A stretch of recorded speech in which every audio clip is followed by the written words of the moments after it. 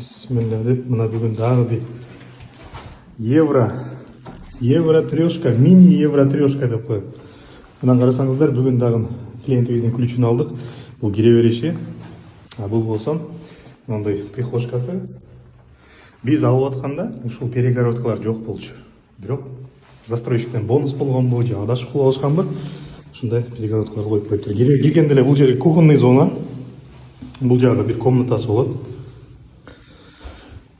То есть бул жер кухонный зона, мини кухня, буякта вытяжкалар турат. Бул жерге кухонный гарнитурду да орнотсо болот, сонун кылып, дизайнерский кылып, бул жерге чай иче турган кылып, өзүнчө бир необычный да. Баасы дагы аябай арзан болгон бизге. Бул жер санузел. Бул жер даже кичинекей гардеробный бар, сушильная. Кааласаңыз санузелди раздельный кылып койсоңуз болот. Бул жерде комнатасы. Дагы бир.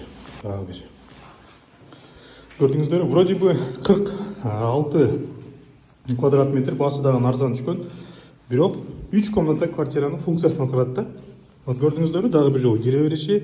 Бул жерде айнеги бар, кичинекей кухня. Бул жака бир комната, и бул жака дагы бир комната. Мына достор. Ушул квартираны алдык. Айына төлөмү жана канчага алдык, полностью описание ылдыйына жазып коебуз. Биз менен болуңуздар.